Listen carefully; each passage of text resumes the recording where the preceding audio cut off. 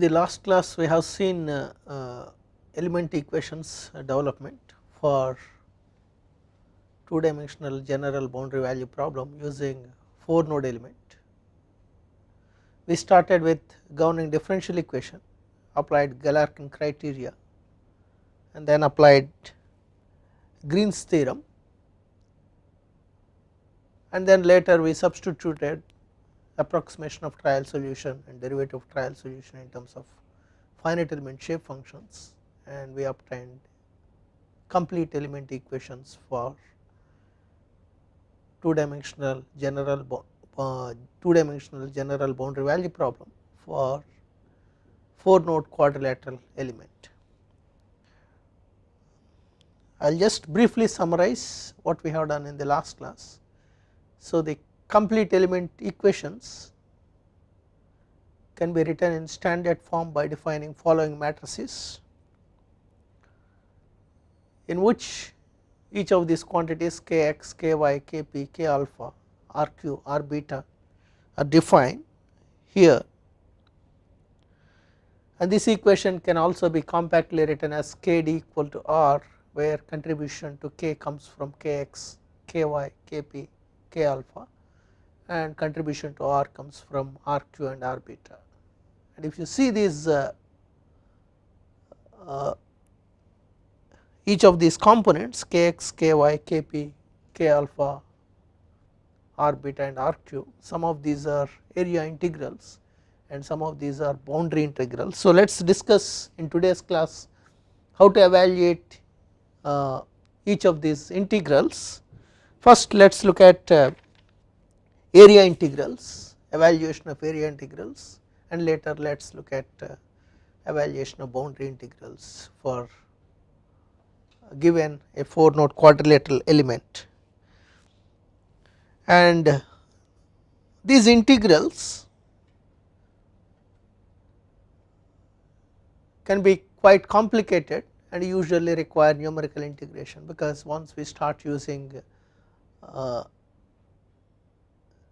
a bilinear element or quadratic element, these integrals are no longer going to be constant, unlike in 3 node triangular element which is linear. So, we need to adopt numerical integration. So, all those details will be illustrated in the numerical examples that we are going to see in today's class. So, let us start with discussing how to evaluate area integrals. Area integrals kx, ky, kp, rq can be evaluated by using following relationship from calculus relating differential area in xy domain to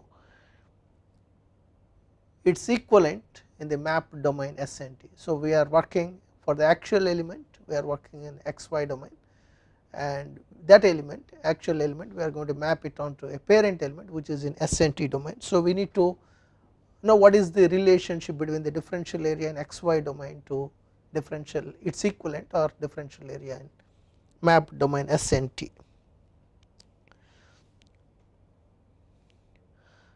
So, this is how it is related. Differential area in xy domain is related to its equivalent in mapped domain SNT via this relation, that is dx times dy is equal to determinant of j times ds dt, where determinant of j is determinant of Jacobian matrix that we get from partial derivatives of x with respect to s, x with respect to t, y with respect to s, y with respect to t.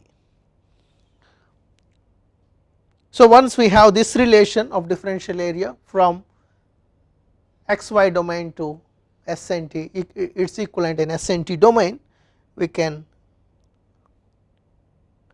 write let me go back, we can write we can evaluate the matrix kx. For example, consider evaluation of matrix K using Gaussian quadrature.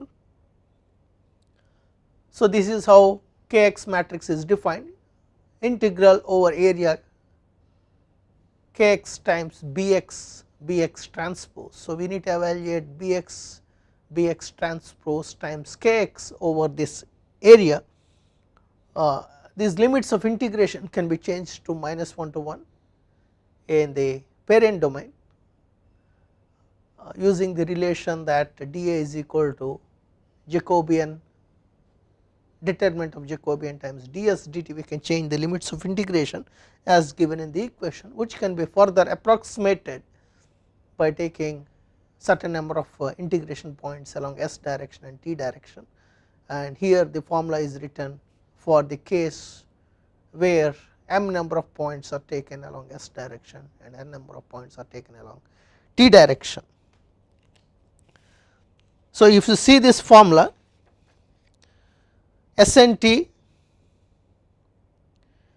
SI, TJ are locations of Gauss point, WI, WJ are corresponding weights.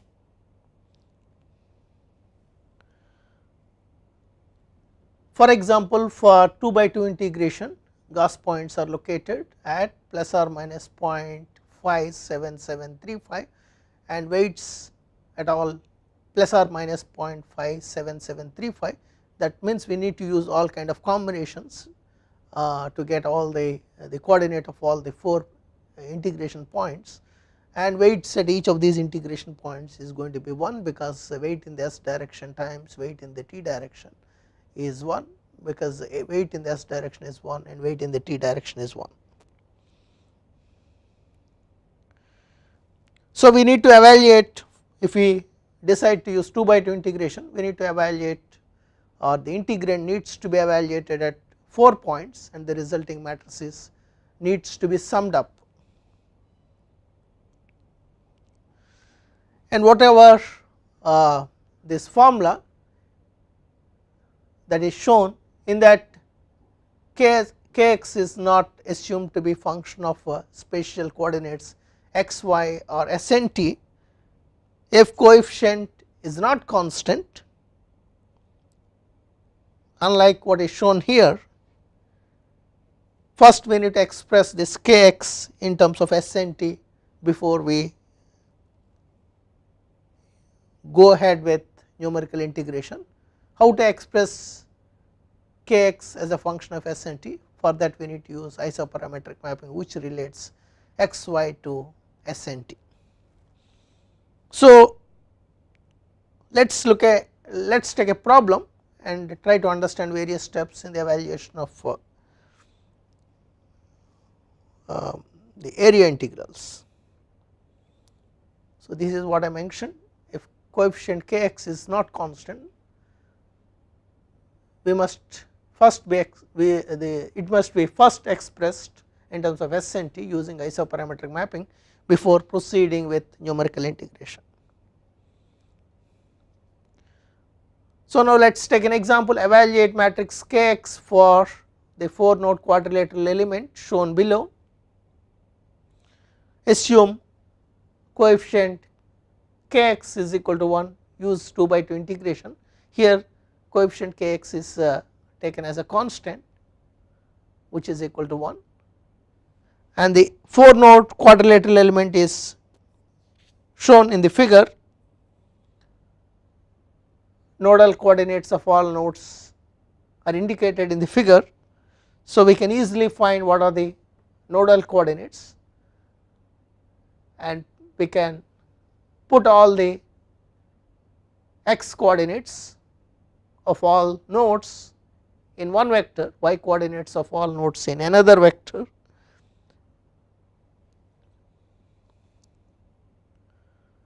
So, nodal coordinates can be written in this manner.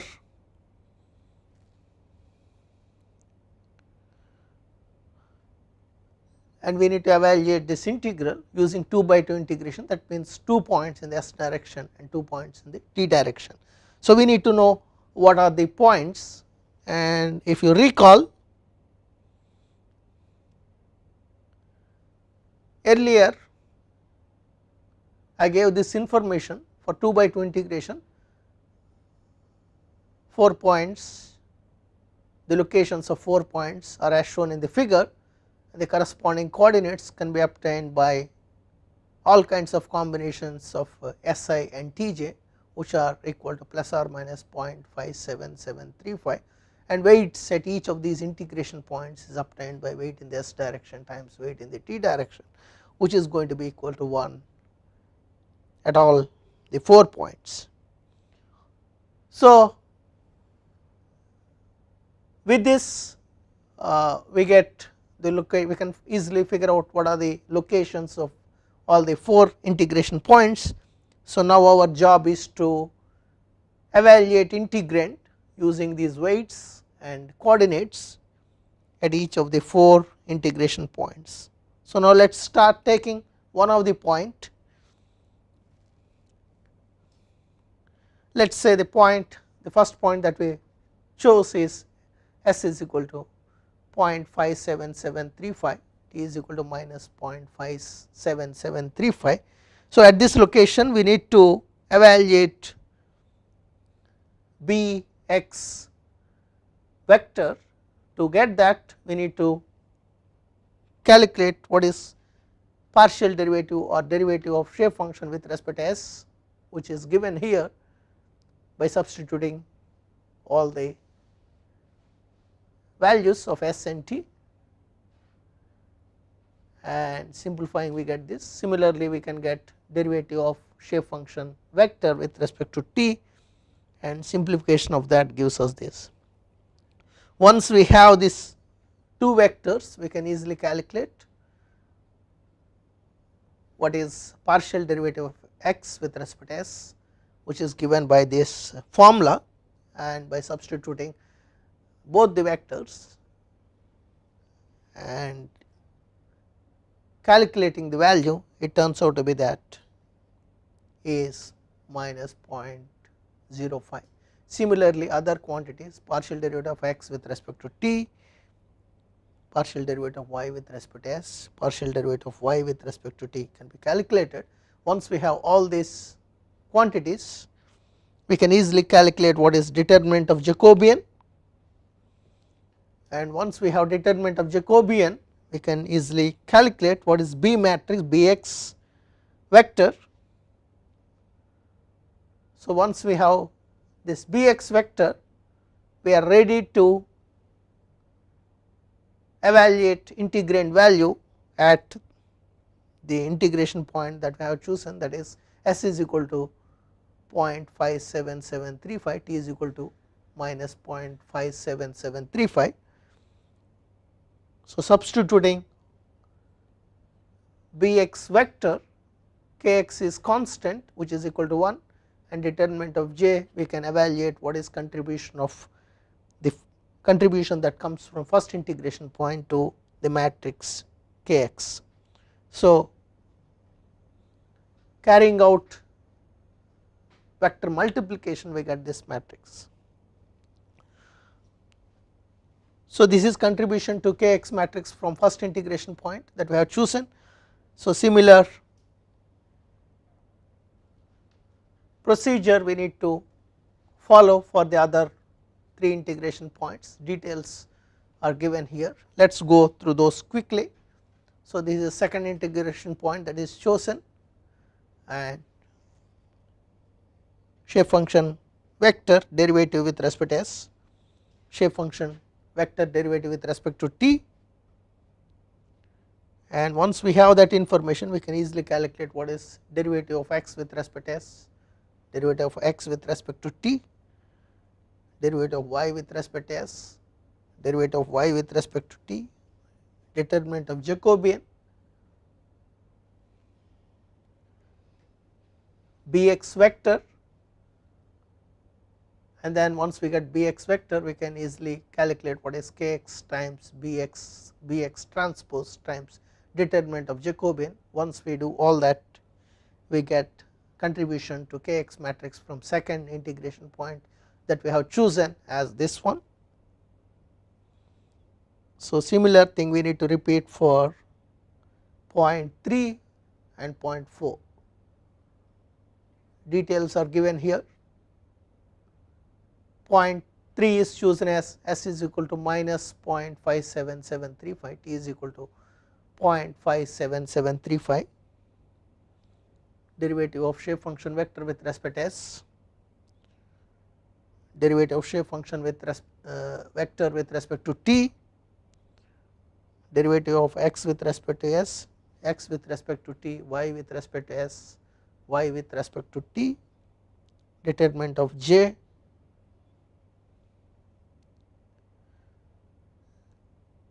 bx vector,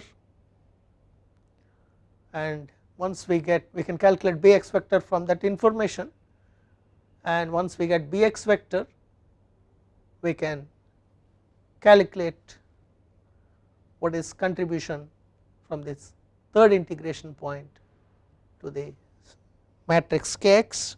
Similar operation can be repeated for the fourth integration point, derivative of shape function vector with respect to s with respect to t, derivative of s with respect to x with respect to s, x with respect to t, y with respect to s, y with respect to t, determinant of j, and then bx vector. Once we get bx vector we can do kx times bx transpose, and once we do that kx times bx transpose times determinant of j. Once we do that we get contribution from fourth integration point to the stiffness matrix as this, and now we need to sum up all the contribution from 4 integration points and we get kx matrix as this. So this is how we can use Gaussian quadrature to evaluate this kx matrix. So this is how we can evaluate area integrals. So now let us discuss how to evaluate boundary integrals. Before doing that, please recall these are the two boundary integrals which we need to evaluate, k alpha and r beta, and the terms k alpha and r beta require integration along boundary of the element, and since we are dealing with 4 node quadrilateral element, since the boundary consists of 4 line segments, 4 separate cases must be considered depending upon the side along which natural boundary condition is specified. Please note that we need to evaluate these boundary integrals only along the side on which natural boundary condition is specified. For each side the coordinates s for actual element and corresponding coordinates s for the parent element are shown, and the coordinates for the actual element along each side is denoted with capital S, and for parent element it is denoted by small s, and it is shown in the figure here. So this is actual element, the figure on the left hand side is actual element, the figure on the right hand side is parent element.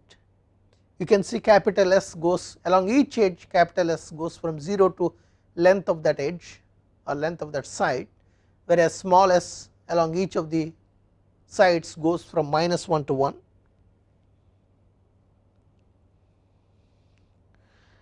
And shape functions for each side can be written by substituting shape functions for each side of the parent element can be written by substituting constant coordinate into the shape function expressions. You already know what are the shape functions of 4 node quadrilateral element, 4 node quadrilateral element in the parent domain, parent element domain S and T. We already know the shape function expressions. In that, shape functions for each side can be written by substituting constant coordinate value into the shape function expression.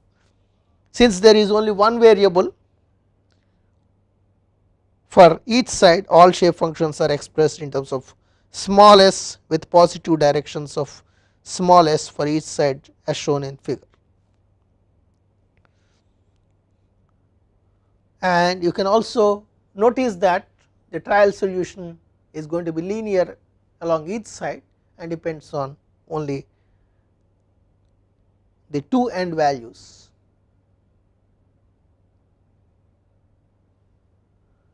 So, this is what I mentioned, along each side either S or T is constant.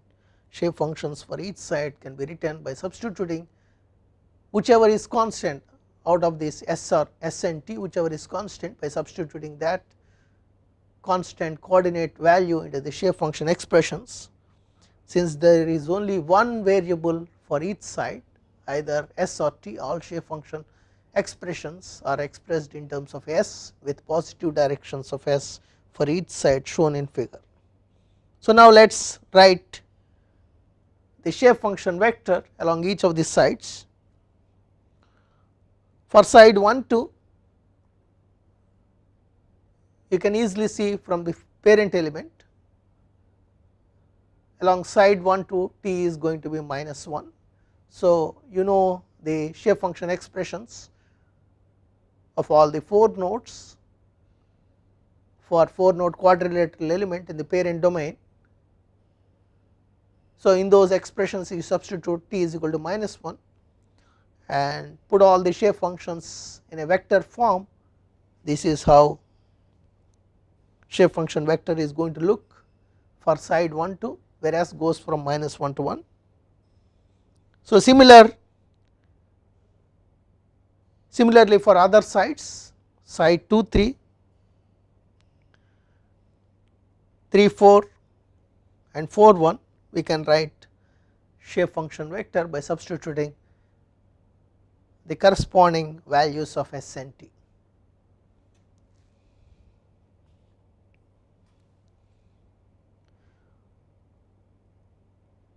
So, we need to evaluate this, consider evaluation of R beta with beta given alongside 1 2. So, beta value assume that is given. So, we need to evaluate R beta along each of these boundaries.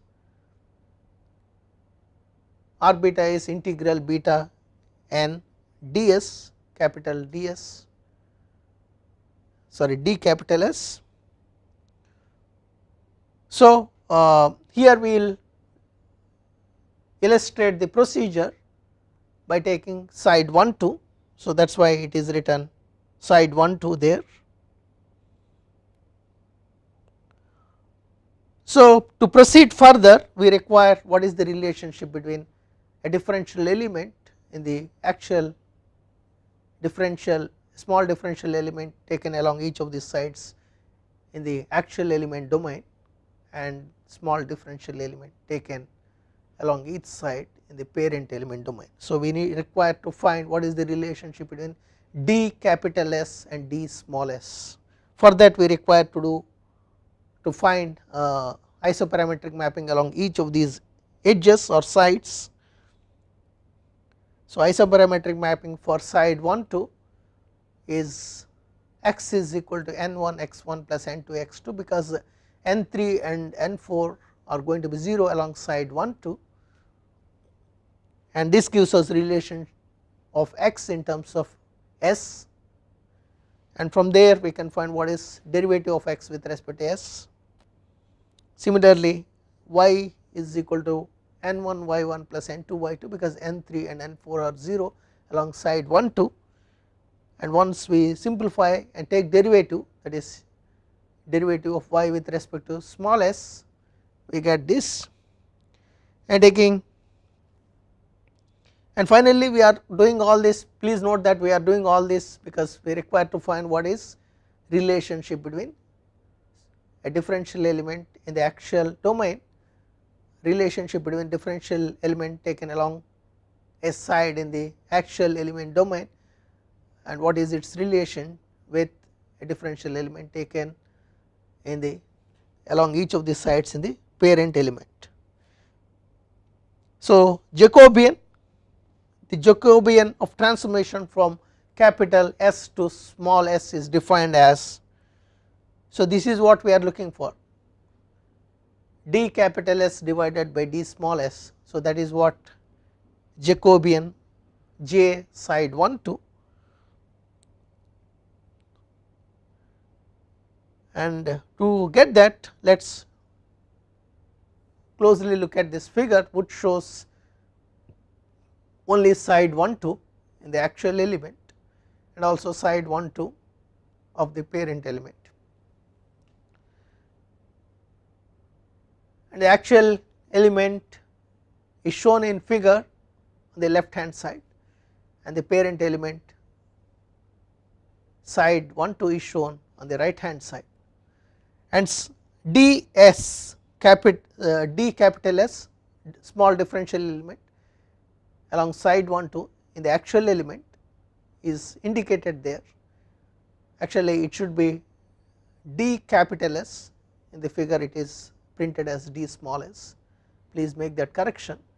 D capital S can be resolved as dx and dy along x and y, and it can be easily noted that the relation is D capital S is equal to square root of dx square plus dy square from Pythagoras theorem. And now we just found what is d derivative of x with respect to s, derivative of y with respect to s. So now we have this relation, that is d capital S is equal to square root of dx square plus dy square from the geometry of the actual element. So if we divide both sides of this equation with d small s, we get this relation where we can substitute whatever we obtained from isoparametric mapping, that is derivative of x with respect to s, derivative of y with respect to s. Here there is a mistake, it should be dx over ds square plus dy over ds square. So y instead of y x is printed. So this is the relation. So L over 2 L12 over 2, that is what is j for side 1 2. This L12 length of side 1 2 can easily be obtained from the coordinates of the nodes, and so the relation is this one, d capital S over d small s is equal to L12 over 2, and which can be rearranged in this manner. So we can replace in the integral wherever we see d capital S, that we can replace with L over 2 d small s, where small s goes from -1 to 1. So the limits of integration also gets changed.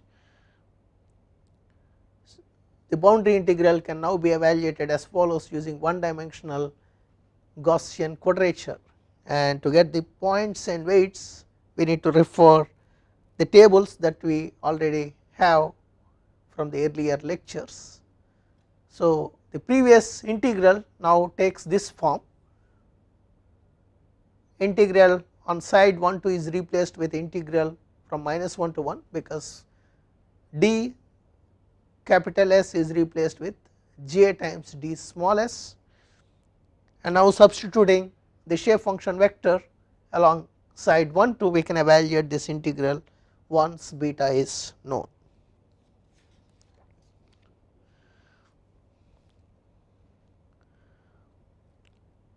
In this manner using one dimensional Gaussian quadrature. Similarly, since k alpha is also a line integral or boundary integral, we can evaluate k alpha also in a similar manner. The integral k alpha can be evaluated using the same shape function and Gaussian quadrature, and the procedure is same if natural boundary condition is specified along any other edges or sides. The only difference is that different shape functions are 0 along different sides. I think you agree with me on that, that is different shape functions are going to be 0 along different edges. So we need to take care of that when we are evaluating these integrals, and we need to be careful along which side we want to evaluate. We need to substitute corresponding shape function vector, and all these concepts will be made clear once we solve a numerical example. So, the procedure is same if natural boundary condition is specified along any other edges or sides, with only difference is shape functions are 0 along different shape functions are 0 along different sides. So, now let us take an example, evaluate r beta for a 4 node quadrilateral element, and beta is given as -1, and the coordinates of all nodes for this 4 node quadrilateral element are given here, and use 2-point integration. So, these vectors of nodal coordinates are required for us, because we require to find what is isoparametric mapping, to find the relationship between d capital S and d small s. So, for that we require all this information. So, now r beta is evaluated using this formula, for which we require shape function vector along side 1 2, as we already discussed. Shape function vector along side 1 2 is given by this, and length of side 1 2 is also required, because Jacobian is length of side 1 2 divided by 2. So, we can get that, or we can calculate L12 from the information of the nodal coordinates using the formula like this. And now we need to use 2-point integration. So, this is the first point, and weight at this point is equal to 1. So, evaluate all the quantities, that is integrand at this integration point by substituting S is equal to 0.57735. Simplification of that gives us this. So, this is the contribution from the first integration point to the vector r beta.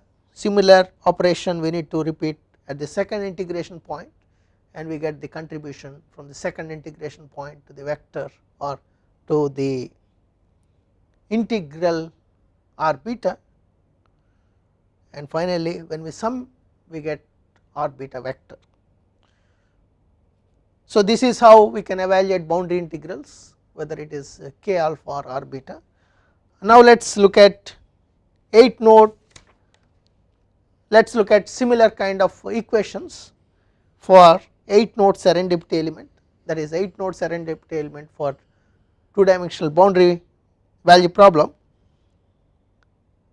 Before that, why this 8 node serendipity element is required? To it is a higher order element, and also curved boundaries can be modeled using this element.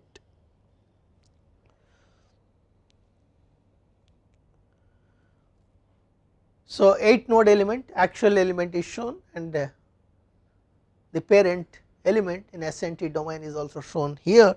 So, consider an 8 node element shown here, and also parent element is also shown on the right hand side as figure B, and let the coordinates of actual nodal coordinates of actual element be x1 y1 of node 1, x2 y2 of node 2, like that, and we can put all these nodal coordinates in 2 vectors, all the x coordinates in one vector and all the y coordinates in another vector.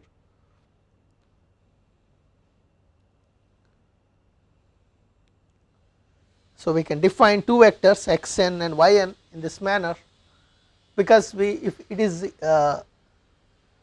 advantageous to put the x nodal coordinates and y nodal coordinates in this manner, because we can easily evaluate by vector operations what is partial derivative of x with respect to s, x with respect to t, y with respect to s, y with respect to t, to calculate determinant of Jacobian.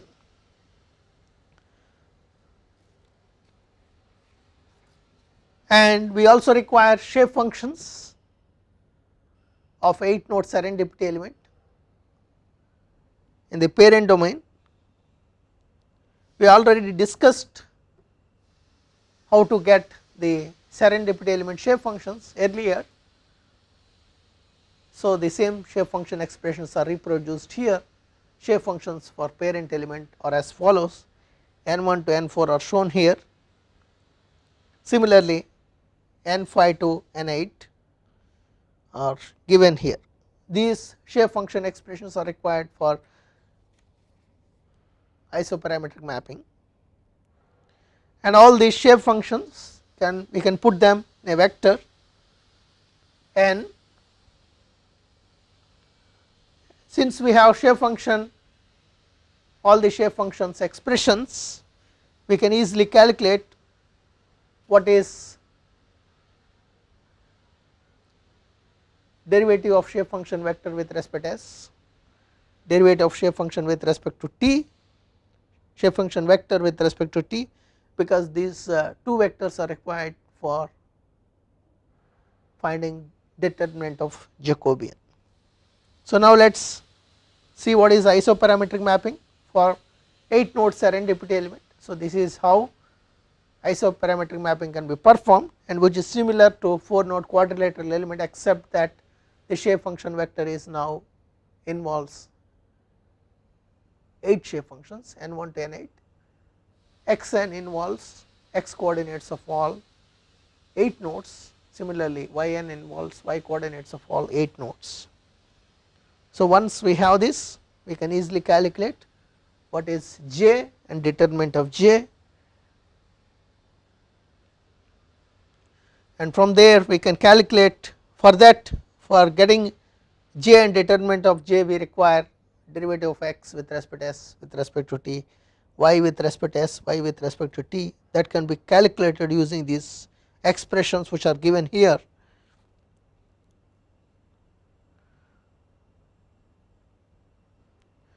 And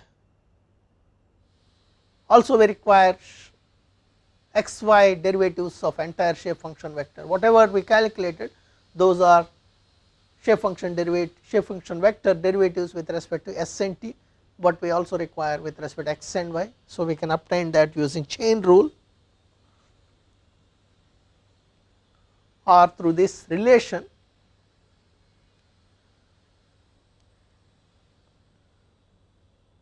Bx, that is shape function vector derivative with respect to x, similarly shape function vector derivative with respect to y.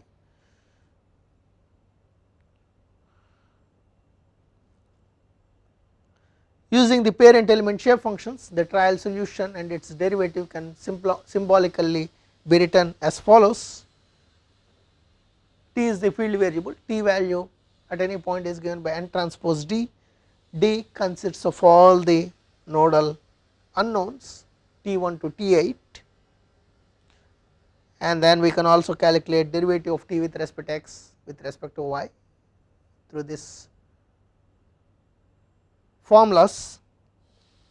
So, once we have all this information, substituting the trial solution in the Galerkin criteria, which we already have when we are looking at 4 node quadrilateral element, we looked at in detail Galerkin criteria, Green's theorem and all that stuff. So, substituting trial solution and its derivative into the Galerkin criteria and writing all 8 equations together in a matrix form, we get. Earlier when we are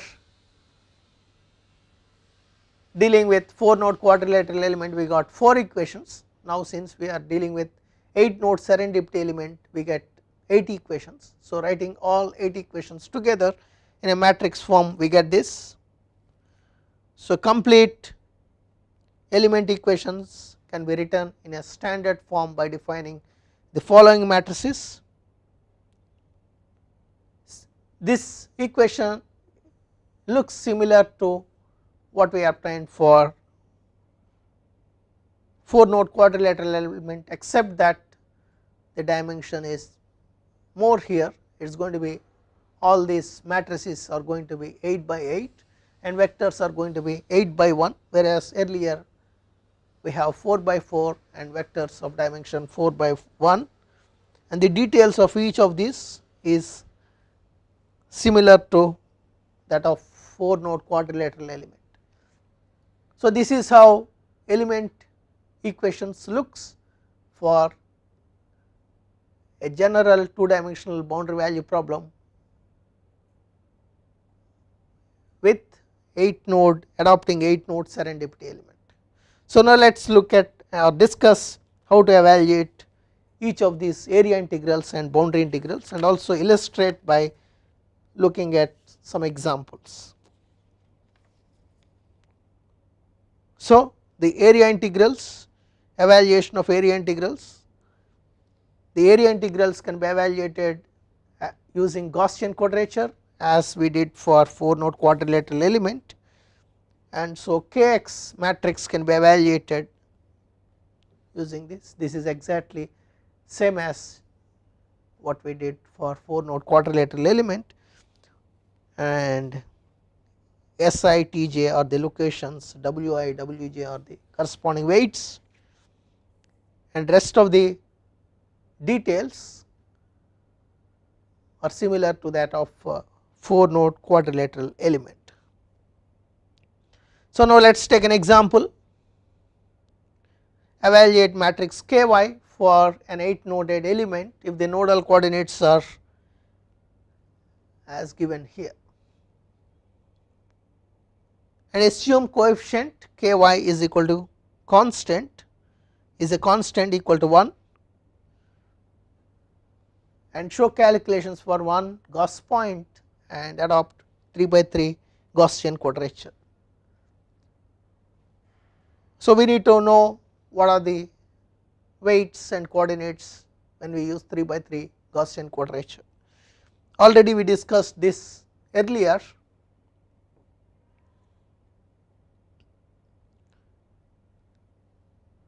and these are the coordinates and weights in the s direction and t direction. Using Cartesian product of these coordinates, we get coordinates of all the 9 integration points. Please note that here we are going to get total 9 integration points, because we are using 3 by 3 integration, and similar to that of 2 by 2 integration, weight in the s direction times weight in the t direction.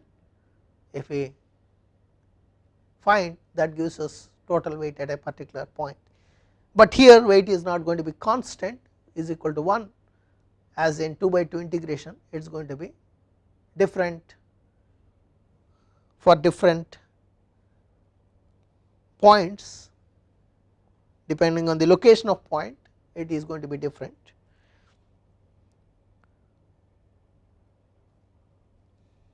So, for 3 by 3 integration, 9 points in total, one of the Gauss point is located at this, and calculations details are going to be demonstrated or illustrated for this particular point. Calculations are shown for this point. Complete integral involve performing similar calculations at other 8 points, adding results together. So, let us take this point, and here for this particular point weight in the s direction is going to be 5 by 9, and weight in the t direction is going to be 8 by 9. So, total weight is going to be 5 by 9 times 8 by 9. So, this is a point, and this is what I mentioned about weight. So, rest of the details are similar to that of 4 node quadrilateral element, except that dimensions of vectors are going to be now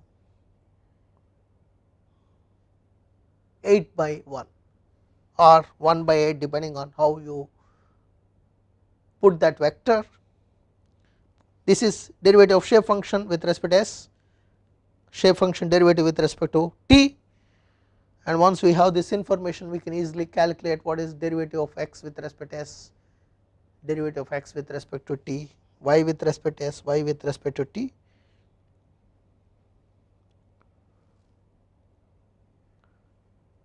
And then determinant of j, then by vector, all this follows mechanically once we get the information about point and weight. So, once we get this vector, multiply coefficient ky with by transpose Jacobian, determinant of Jacobian times weight. After doing vector multiplication, we get this matrix. So, this is at one integration point. Similar operation we need to repeat at remaining 8 integration points and sum them up to get the total value or the value of matrix ky from contribution from all the 9 integration points. So, this is how we can evaluate area integrals for 8 node serendipity element. So, now let us discuss about boundary integrals. Once again, these are the two boundary integrals. If you look back the element equations, these are the two boundary integrals. Boundary terms k alpha r beta must be evaluated separately depending on the side along which natural boundary condition is specified. So, this we already discussed when we are looking at 4 node quadrilateral element, and also for each side the coordinates s for actual element and the corresponding small s for parent element, we need to find also the relation, and they are shown here, actual element, parent element. And if you see, there are 3 nodes along each side. So, trial solution now it is going to be quadratic along each side and depends upon 3 nodes on that side. And if you take, let us take this parent element, and for any of the edges, let us say one a side containing 1, 2, 3 nodes, the shape functions of rest of the nodes other than 1, 2, 3, shape functions of those nodes are going to be 0 along this side 1, 2, 3. Similarly, along side 3, 4, 5, except 3, 4, 5 other shape functions, other nodal shape functions are going to be 0 along that edge 3, 4, 5. Similarly, for other edges.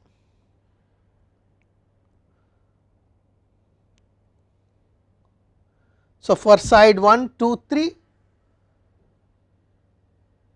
we already have shape function expressions for 8 node serendipity element in the parent element domain.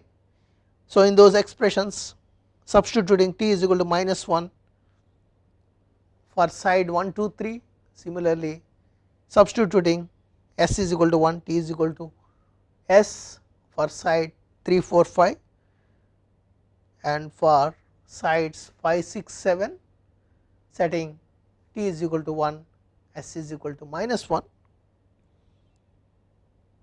and for side 7, 8, 1 setting s is equal to -1, t is equal to -s, we get expressions or shape function vector along each of these sides, along each of the 4 sides. So, those are given here, where s goes from -1 to 1. So, this is the shape function vector along side 1, 2, 3. Similarly, for side 3, 4, 5,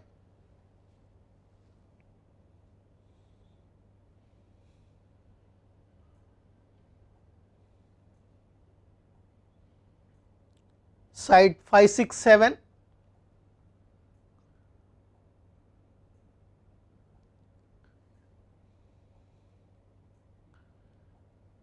for side 7, 8, 1. So, we got shape function vector along each of these sides. So, we can evaluate boundary integral r beta or k alpha, r beta with beta given along side 1, 2, 3 is illustrated here. So, for that evaluation we require shape function vector along side 1, 2, 3, and also we require the information of how the differential element taken alongside 1 2 3 in the parent element is related to differential element along the same side in the actual element. So, we need require to find what is the relationship between d capital S and d small s. For that we require to do isoparametric mapping along this edge. Isoparametric mapping gives us this, and here x is equal to n1 x1 plus n2 x2 plus n3 x3, because shape functions of other nodes along this side 1 2 3 are going to be 0. Similar is the case for y. Once we have these relations x in terms of s, y in terms of s, we can take derivative of x with respect to s, y with respect to s, similar to the way we did for 4 node quadrilateral element. Once we get these two quantities, and here side 1 2 3 for the actual element and parent element are shown, and similar to that for 4 node quadrilateral element, d capital S is given by square root of dx square plus dy square.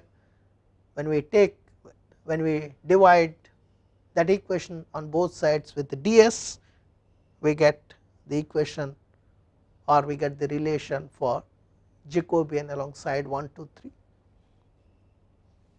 So, once we have this,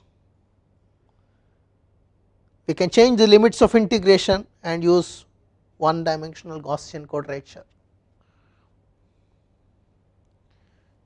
This is for integral r beta.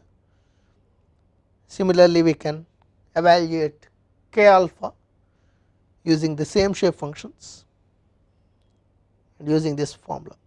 The procedure is same if natural boundary condition is specified along any other edge or side. The only difference is that different shape functions are 0 along different sides. And now let us quickly take an example.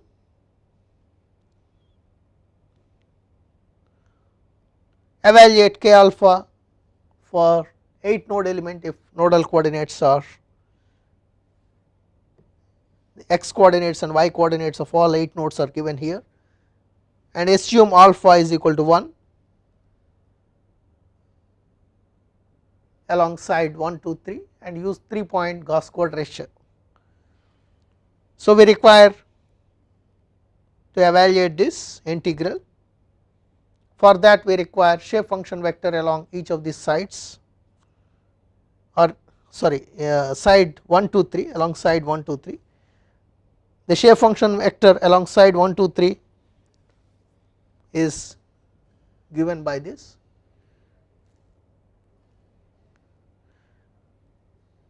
and also derivative of x with respect to s with derivative of y with respect to s is given by this. From there we can find Jacobian, and now taking each of the integration point, this is first integration point, details are given here, the shape function vector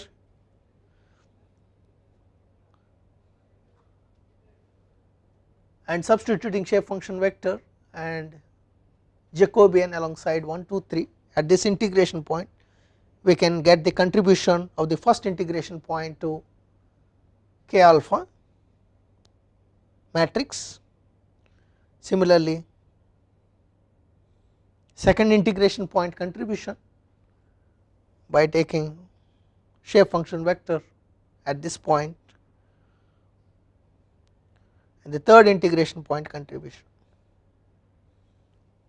and summing all the contributions we get k alpha matrix. So, this is how we can evaluate area integrals and boundary integrals for both 4 node quadrilateral element and 8 node serendipity element.